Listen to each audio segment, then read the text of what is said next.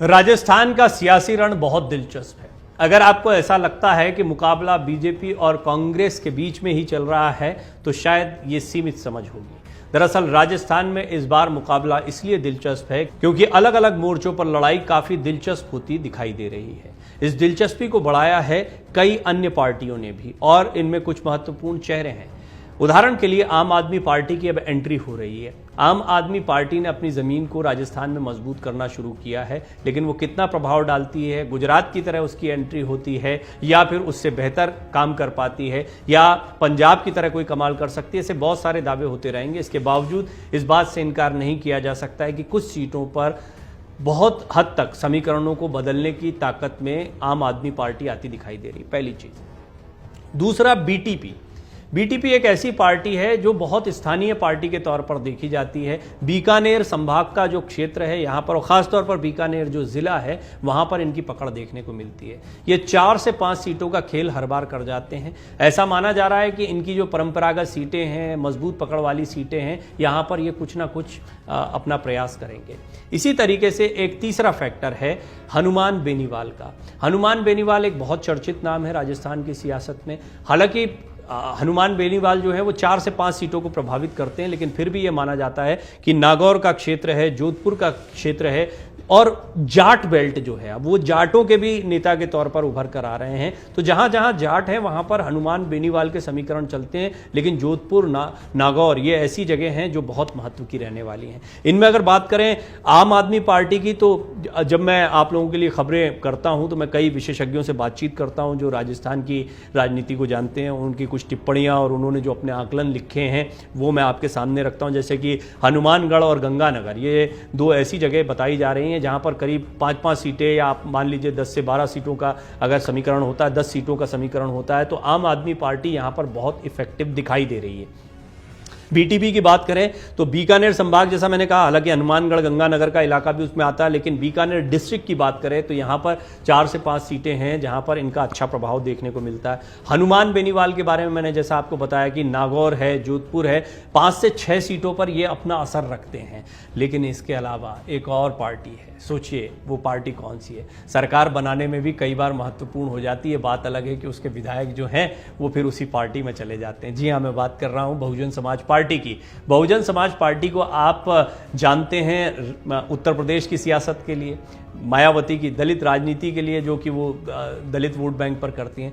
लेकिन आपको आश्चर्य नहीं होना चाहिए कि जो 5-6 सीटों का खेल बीएसपी हर बार करती है, ये उसकी एक तरीके से परंपरागत सीटें बन गई हैं और इन सीटों पर बहुजन समाज पार्टी का एक गहरा असर है। ऐसा माना जा रहा है कि अपनी इन सीटों में से कुछ सीटों को बरकरार रखने में बहुजन समाज पार्टी फिर से कामयाब हो सकती है, खासतौर पर एक ऐसे वक्त पर जब एंटी इनकम्बेंसी का वो असर होगा नहीं होगा जो अभी तक होता आया है चुनाव में। बहुत स्पष्ट तौर पर एक बार बीजेपी, एक बार कांग्रेस को मौका मिलता रहा है। चुनावी समीकरणों को देखें तो हाल के दिनों में ऐसे मौके आए हैं जब बहुजन समाज पार्टी की जरूरत कांग्रेस को पड़ गई या अन्य दलों की कुछ विधायकों की जरूरत पड़ जाती, जब कुछ सीटें कम रह जाती हैं।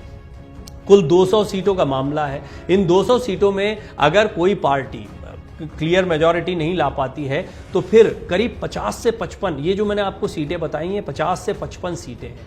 50 से 55 सीटों में अगर आम आदमी पार्टी, बीटीपी और हनुमान बेनीवाल और बीएसपी ये अपना प्रदर्शन करते हैं और कई अच्छी 40 से 45 या 50 सीटों तक कोई खेल कर जाते हैं तो राजस्थान का समीकरण पूरी तरह से बदला हुआ दिखाई देगा। एंटी इनकम्बेंसी के बावजूद अगर गहलोत रिपीट की बात कह रहे हैं तो हो सकता है कि वो पिछला प्रदर्शन ना दोहरा पाएं, तो कोशिश करेंगे कि अपनी पार्टी की इतनी सीटें लेकर आएं कि वो सबसे बड़े दल के तौर पर सामने आए। इस बार राजस्थान में एक लड़ाई सबसे बड़े दल के तौर पर उभरने की भी है। बीजेपी की चुनौती को भी समझिए। बीजेपी चुनावी रण में तो उतरी हुई है, बहुत मजबूती से उतरी हुई है, मौका भी है, दस्तूर भी है। अभी तक रिवाज रहा है कि एक बार कांग्रेस को मौका देती है राजस्थान की जनता तो एक बार बीजेपी को मौका देती है, लेकिन चेहरा नहीं है। वसुंधरा राजे सिंधिया का तो अब ऐसा लगता है कि पत्ता कट माना जा रहा है। हालांकि देखिए, तब जब तक पार्टी स्पष्ट तौर पर कुछ नहीं कहे, कहना बड़ा मुश्किल है, लेकिन चुनाव के पहले किसी चेहरे को घोषित नहीं किया जा रहा है। फेसलेस ये चुनाव हो रहा है, कांग्रेस की तरफ से भी, बीजेपी की तरफ से भी। लेकिन कांग्रेस की तरफ से 2 चेहरे तो बहुत स्पष्टता से सामने हैं, लेकिन उतनी स्पष्टता से वसुंधरा और गजेंद्र सिंह शेखावत या अन्य चेहरों को नहीं रखा गया है। प्रधानमंत्री मोदी के चेहरे पर ही हम चुनाव लड़ेंगे, बीजेपी के तमाम नेता बार बार कह रहे हैं। यहाँ पर राजस्थान के अलग अलग जगहों पर देखा जाए तो योजनाओं की बात की जा रही है, मुद्दों की बात की जा रही है, लेकिन जातिगत समीकरण बहुत महत्वपूर्ण होते हैं राजस्थान के चुनाव में। हनुमान बेनीवाल, जैसा मैंने आपको बताया कि जाट वोटों को बहुत प्रभावित करते हैं, और जोधपुर और नागौर का क्षेत्र है जो उनके प्रभाव वाला क्षेत्र दिखाई पड़ता है। देखना होगा यहाँ पर कैसा प्रदर्शन करते हैं। कुछ क्षेत्रों में आम आदमी पार्टी भी जमकर मेहनत कर रही है। बहुजन समाज पार्टी का भी आपने देखा जो समीकरण बना हुआ है वो उसके अपने राजनीतिक समीकरण और जो उनकी छवि है पार्टी की, उन समीकरणों के आधार पर बना हुआ है। कांग्रेस के पास में अभी जाट और गुर्जर दोनों वोटों को साधने की चुनौती है, और गुर्जर वोटों को साधने के लिए ही सचिन पायलट को साथ में रखना बहुत जरूरी है। जाट और गुर्जर दो ऐसे समुदाय हैं जो पूरे राजस्थान का चुनाव बदल सकते हैं। जाटों को कांग्रेस का वोट माना जाता है, और गोविंद सिंह डोडासरा ये अभी जो बने हुए हैं अध्यक्ष, ये यूं ही नहीं, स्ट्रैटेजिकल है। इससे भी गणित समझ में आता है कि जाट गुर्जर वोटों को साधने के प्रयास खुद कांग्रेस भी करती दिखाई दे रही है। लेकिन जैसा मैंने आपको बताया कि दिलचस्प लड़ाई इसलिए होने जा रही है क्योंकि इस बार हो सकता है कि सबसे बड़ा दल बनने की अगर लड़ाई हो और किसी को भी क्लियर मेजॉरिटी नहीं मिले, तो ऐसे में ये छोटे छोटे दल बड़ा गणित कर सकते हैं। अब इनकी नजदीकियों की बात करते हैं। हनुमान बेनीवाल पायलट के बड़े साथ में दिखाई दिए, गहलोत के खिलाफ दिखाई दिए।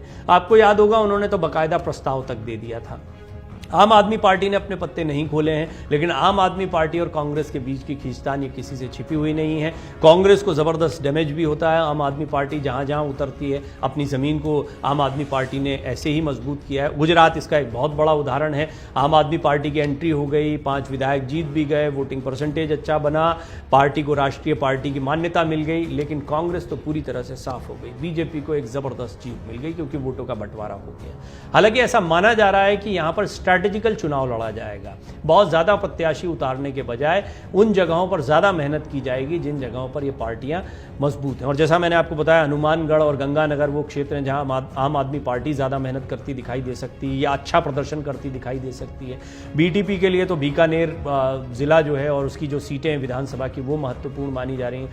हनुमान बेनीवाल के लिए भी इसी तरीके से नागौर और जोधपुर का क्षेत्र बहुत महत्वपूर्ण माना जाता है। और बीएसपी की एग्जिस्टिंग जो सीट्स हैं वो उन सीटों पर और अच्छा प्रदर्शन करेगी, और 5-6 सीटों पर वो भी कुछ समीकरण बैठा सकती है, अपने असफलता पा सकती है, इस बात से इनकार नहीं किया जा सकता है। तो कुल मिलाकर ये जो 50 से 55 सीटें हैं बहुत हद तक तय कर सकती हैं कि क्या होने वाला है इस राजनीतिक बिसात पर। आप देखिए 200 सीटें हैं, 200 सीटों में अगर 50-45 सीटें, ये भी तब है जबकि ये लोग वो प्रदर्शन कर पाएं जिसकी तैयारी कर रहे हैं। और निश्चित तौर पर जैसे बड़े राजनीतिक दल तैयारी कर रहे हैं, इन छोटे छोटे राजनीतिक दलों ने भी राजस्थान में अलग अलग जगहों पर अपनी जमीन को मजबूत करने के प्रयास शुरू कर दिए हैं। तो अगर आप सोच रहे हैं कि मुकाबला सिर्फ बीजेपी और कांग्रेस के बीच में हो रहा है तो ये थोड़ा जल्दबाजी होगी। इंतजार करिए, राजस्थान के नतीजे बहुत चौंकाने वाले भी हो सकते हैं। अमर उजाला अब आपके टीवी पर भी। अपने स्मार्ट टीवी पर यूट्यूब पर सर्च करें अमर उजाला, चैनल सब्सक्राइब